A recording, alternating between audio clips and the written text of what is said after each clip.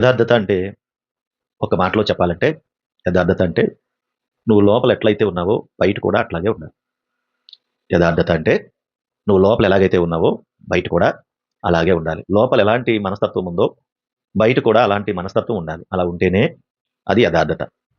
యేసుక్రీస్తు ప్రభువారిని గాని, మన తండ్రి అయిన దేవుడిని గాని మనం చూసినప్పుడు వారు 2 క్యారెక్టర్‌లను ఎప్పుడు కలిగి లేరు దేవుడు. ఆయన మనసులో ఏముందో మనకదే చెప్పాడు.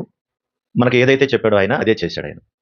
కనుక అటువంటి పరిస్థితులు, ఎటువంటి ఇబ్బందికరమైన సంగతులు ఉన్నా ప్రభువును అంగీకరించిన వారిగా మనం బ్రతుకుతున్నాము అనంటే యోహాను సువార్త. అయితే యథార్థముగా ఆరాధించువారు. ఆత్మతోనూ, సత్యముతోనూ అంటే ఏంటి? యథార్థముగా ఆరాధించువారు అని అంటున్నాడంటే దాని అర్థం ఏంటి అంటే, దేవుని యొక్క యథార్థత మన హృదయంలోనికి తెచ్చుకొని, దేవుడు యథార్థవంతుడైతే మనము కూడా అలాగే ఆరాధించాలని ఆయన కోరిక. అంతే కదా మరి. మనము ఆయన నమ్ముకున్నామనంటే మనం ఎట్లా మారిపోవాలని ఆయన ఉద్దేశం? ఆయనలాంటి గుణాలు, ఆయనలాంటి లక్షణాలు కలిగి మనం అలా బ్రతకాలన్నది ఆయన ఉద్దేశం. కాబట్టి మనం ఆరాధించేటప్పుడు కూడా అలా ఆరాధించాలనే ఆయన కోరుకుంటున్నాడు. ఒక మాట చెప్తాను మీకు. చూడండి ఒకసారి యెషయా గ్రంథము 33వ అధ్యాయము 33, 14 ముందు సీయోనులో ఉన్న పాపులు దిగులు పడుచున్నారు, వణుకు భక్తిహీనులను పట్టింది. ఇక్కడ పాపులు అన్నాడు, భక్తిహీనులు అన్నాడు. వీళ్ళకి వణుకొస్తుంది అంటున్నాడు. ఎందుకు వణుకు రావడం అంటే, ఎవడు నిత్యము దహించు అగ్నితో నివసింపగల. వాళ్ళకి ఎందుకు వణుకొచ్చింది? ఇప్పుడేనండి ఎందుకు వణుకు రావడానికి కారణం ఏంటి? వాళ్ళకి వాళ్ళు పాపులు అన్నాడు, తర్వాత భక్తిహీనులు అన్నాడు.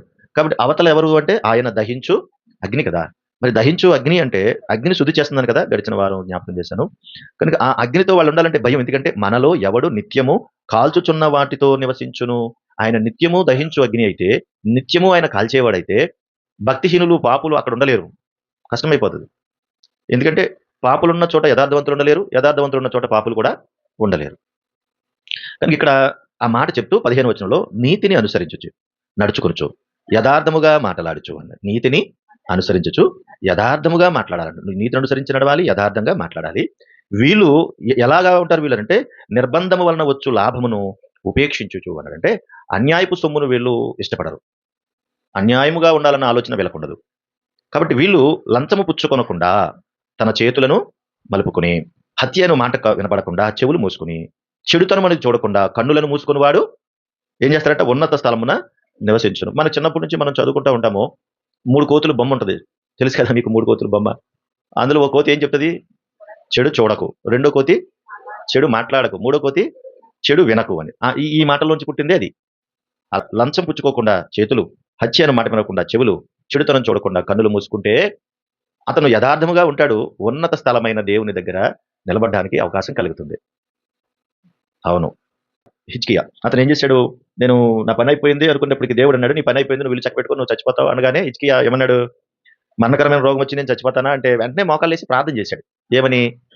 యెహోవా యథార్థవంతుడని నేను ఎలా బ్రతికాను అని 38వ అధ్యాయం యెషయా గ్రంథంలో ఉందన్నమాట. మొదటి వచనంలో యథార్థవంతుడని నేను ఎలా బ్రతికానో నీకు తెలుసు కదా ప్రభువా అని తన యథార్థతను గూర్చి దేవునికి చెప్తే, దేవుడు అతని యథార్థతను అంగీకరించి ఇంకొక 15 సంవత్సరాలు ఆయుష్ పెంచాడు. ఇప్పుడు ఆయనను ఆరాధించే వారు యథార్థముగా ఆరాధించాలన్నది ఆయన ఉద్దేశం కదా. కాబట్టి మనం ఎట్లా మారాలి ఇప్పుడు? హిజ్కియా ఇక్కడ ఏం చెప్తాడు? హిజ్కియా అంటున్నాడు, నేను యథార్థంగా ఉన్నాను నీకు తెలియదు ప్రభువా అన్నాడు. అలాగే నువ్వు నేను కూడా చెప్పగలగాలి. చెప్పగలమా? చెప్తారా మరి? అలా చెప్తారా దేవునితో? ప్రభువా నేను ఎంత యథార్థంగా ఉన్నానో నీకు తెలియదా అని హిజ్కియా అన్నాడంటే మనం కూడా అనగలగాలి.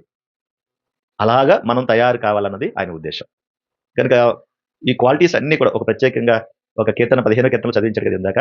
అవన్నీ ఆ క్వాలిటీస్ అన్ని నిజంగా మనం చూస్తే యేసుక్రీస్తు ప్రభు వాళ్ళు తప్ప ఇంకెవరిలోనూ కనబడవు. ప్రభులోనే అవి కనబడతాయి. మరి మనం ఎట్లా యథార్థవంతులుగా తయారు కావాలంటే ఆయన వలన యథార్థవంతులుగా మనం తయారు కావాలి. ఎందుకు? ఆయన దహించు అగ్ని అయితే ఆయన దగ్గర ఎవరు ఉండలేరు? భక్తిహీనులు ఉండలేరు, పాపులు కూడా ఉండలేరు. ఎవరు ఉండగలుగుతారంటే యథార్థవంతులు ఉండగలుగుతారు. కనుక ఆ యథార్థతను తెచ్చుకునే మనము ఆరాధన చేయాలి. ఇది ఆయనకి ఇష్టమైనటువంటి ఆరాధన. ముందు